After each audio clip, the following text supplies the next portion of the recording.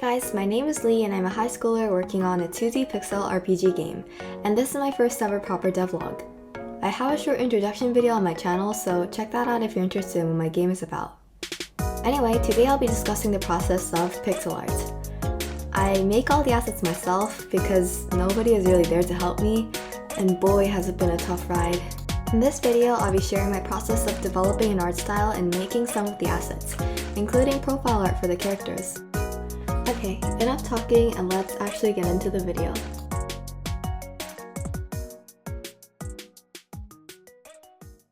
First, I had to choose a style, so I went to some of my favorite games and analyzed their art styles.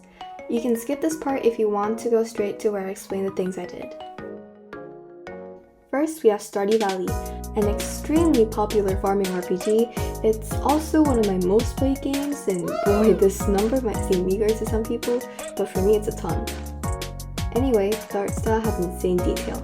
It has a variety of shades that can create in-depth textures like dirt, grass, wood, and so on. The textured and natural feeling along with the beautiful scenery blends well with the game's concept as a comforting farming simulator. Second, we have Undertale. Undertale is a story-heavy RPG game with a more simplified art style, as you can tell from this iconic player sprite.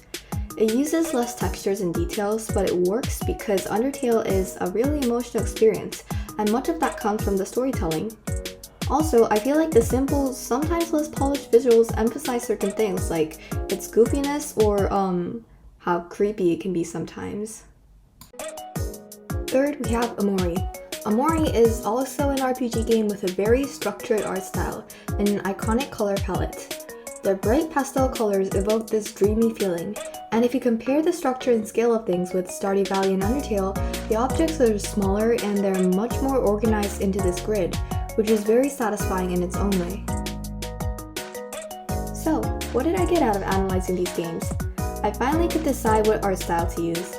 I decided to reference the simplicity of Undertale and the structured tiling of Omori, occasionally adding some detail for emphasis. My game would be story heavy anyway, and I thought I couldn't really afford to make super detailed pixel art without help from anyone. But that's not the end. I still need to make some more decisions. There's a lot of ways to do light and shadows in pixel art. Take this cube for example. For this one, all its edges are drawn with black. But for this one, its edges are colored in a brighter shade of the main color that was used. And for this cube, it's a darker shade of that color. I can also choose to use lines like this to give it a bit more detail. Ultimately, I chose this cube because I really like the three-dimensional illusion I got from that bright outline. And after making that decision, I jumped right into making the art.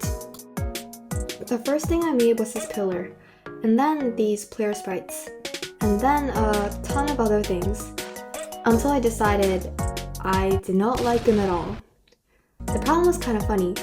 As I drew dozens of pixelated sprites, I gradually gained more experience and insights, and when I finished like the 20th piece and looked back at my first one, it looked terrible. So I did them again, all of them.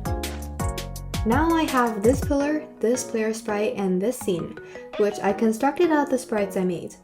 I'll be elaborating on the theme of each map and how I came up with them in another video, but to mention it briefly, this is a bathroom-themed royal palace.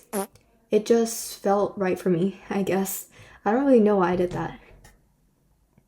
Anyway, after that I kinda gained speed, and I made some more scenes. But the real problem was not over. Actually, I wasn't even there yet. I had to create character profiles. So before I actually started making the game, I had to come up with a document full of the storylines and the characters. And I also had some character sketches. The problem was, I had never drawn a face in pixel art before, so I started from a character that seemed to be the easiest to draw. This girl's name is Rachel. This was my initial sketch of her drawn in Procreate. Now I had to transfer her to the pixel world somehow. I tried looking at Stardew Valley's profile art, but it was too detailed to go well with the style I was going for. And Undertale's profile were black and white, which I didn't want to do for my game, and Omori's profiles weren't even pixel art. So I just went with trial and error until the face felt right, which took me a long time. For a few days, whenever I laid down for bed, I swear I could see small pixelated faces floating around in the corners, and I was about to go crazy for real. but I finally got it somehow, and this is the result. This is Rachel, and here are some other characters. It's not the best and I have a long way to go, but I guess this is alright for now. Hey, thanks for watching this far. I really appreciate it.